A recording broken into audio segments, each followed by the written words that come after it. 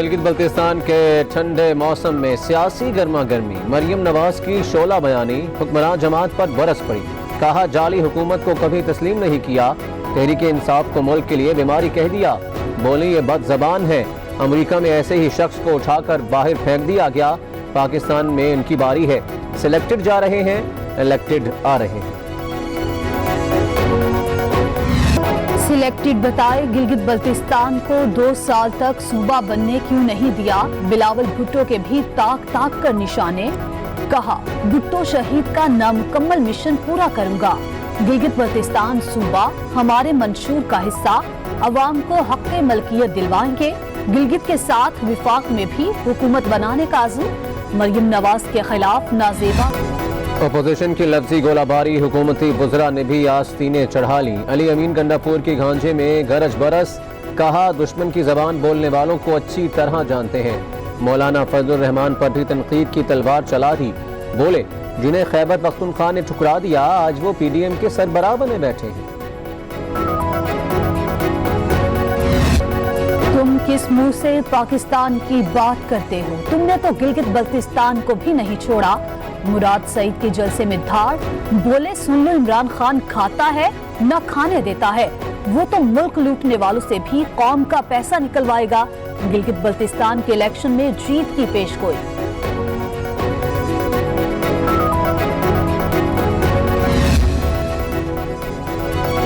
Opposition سے کیسے نپٹیں، P D M کے خلاف کیا حکمت عملی ہو؟ وزیر اعظم کی زیر صدارت پارٹی قیادت کا ہنگامی اجلاس، شبلی فراز، اسد عمر، پرویز خٹک، فواد چودھری اور بابر اعوان کی شرکت۔ عمران خان نے کہا اپوزیشن اپنی سیاست بچانے کے لیے عوام کو گمراہ کر رہی ہے، Tehreek Insaf Gilgit Baltistan election clean sweep کرے گی۔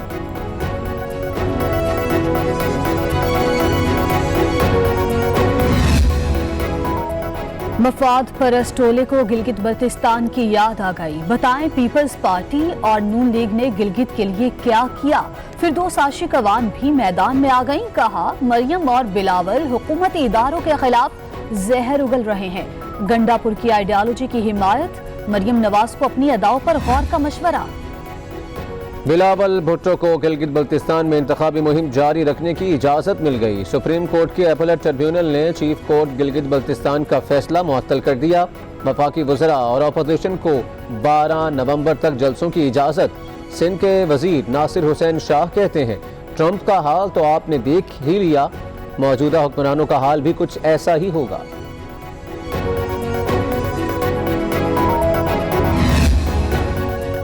کیپٹن صفدر کے خلاف مزار قائد کی بے حرمتی کا کیس جھوٹا قرار دے دیا، املاک کو نقصان پہنچانے، جان سے مارنے کی دھمکیوں کے الزامات خارج کر دیے۔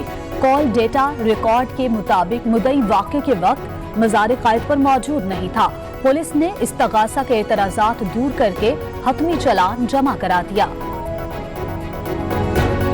کو قابو کرنے کے لیے اسمارٹ لاک ڈاؤن کا شکنجہ تیار، پنجاب میں ایس او پیز کی خلاف ورزی پر مارکیٹوں کو سیل کرنے کا فیصلہ، دفاتر اور بازاروں کی بھی کڑی نگرانی ہوگی۔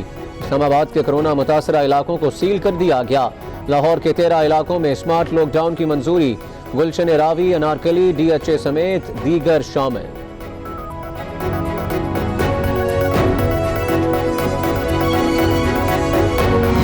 کورونا کی دوسری لہر میں تیزی، 24 گھنٹوں میں 1650 مریض رپورٹ، آج بھی 9 افراد کی جان گئی، ملک میں ایکٹیو کیسز کی تعداد 19,000 کے قریب پہنچ گئی۔ اسد عمر کی زیر صدارت NCOC کی بیٹھک، احتیاطی تدابیر پر عمل یقینی بنانے کے لیے حکمت عملی پر غور۔